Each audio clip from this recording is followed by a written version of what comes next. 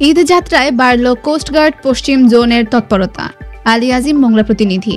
পবিত্র ঈদ উল আজহাকে ঘিরে উপকূলের নৌপথের যাত্রায় দুষ্কৃতিকারীরা যেন কোনো ধরনের নাশকতামূলক কর্মকাণ্ড ঘটাতে না পারে সেজন্য বাংলাদেশের কোস্টগার্ড পশ্চিম জোন তৎপর রয়েছে। বুধবার সকাল 10টায় মোংলা খেয়া পারাপার ঘাটে সন্দেহজনক ব্যক্তি নৌযান সমূহের তল্লাশি শেষে বিসিজিএস স্বাধীন বাংলার নেভিগেশন কর্মকর্তা লেফটেন্যান্ট খালিদ সাইফুল্লাহ সাংবাদিকদের এই তথ্য জানান। তিনি বলেন, প্রতিষ্ঠান লগ্ন থেকে বাংলাদেশ কোস্টগার্ড উপকূল এবং নদী তীরবর্তী অঞ্চলের সার্বিক নিরাপত্তা নিশ্চিত নিরলসভাবে দায়িত্ব পালন করছে। অবৈধ কর্মকাণ্ড প্রতিরোধ এবং নৌপথের নিরাপত্তায় নিয়মিত টহল, যৌথ এবং সাঁড়াশি অভিযান পরিচালনা করছে এই বাহিনী। আসন্ন পবিত্র ঈদ উল আজহা উপলক্ষে বাংলাদেশ কোস্টগার্ড পশ্চিম জোনে খুলনার রূপসা, কয়রা, গুলিয়া, বাগেরহাটের মংলা, শরণখোলা এবং সাতক্ষীরা জেলার গুরুত্বপূর্ণ লঞ্চ, খেয়া, ফেরিঘাট সমূহের জননিরাপত্তা প্রদানের লক্ষ্যে বিশেষ টহল, জনসচেতনতামূলক মাইকিং, লিফলেট বিতরণ, সন্দেহজনক ব্যক্তি বা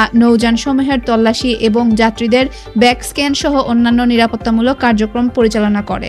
দুষ্কৃতিকারীরা যেন কোনো ধরনের নাশকতামূলক কর্মকাণ্ড সংগঠিত করতে না পারে তার জন্য সদা তৎপর রয়েছে কোস্টগার্ডের প্রতিটি সদস্য, যার মাধ্যমে যাত্রীদের নৌযাত্রা নিরাপদ থাকবে বলে আশা করা যায়। কোস্টগার্ডের এই কার্যক্রম দিনরাত 24 ঘন্টা অব্যাহত আছে এবং ঈদ উল আজহা পরবর্তী যাত্রী সাধারণের নৌযাত্রা নিরাপদ রাখতে এই কার্যক্রম চলমান থাকবে বলেও জানান কোস্টগার্ডের এই কর্মকর্তা।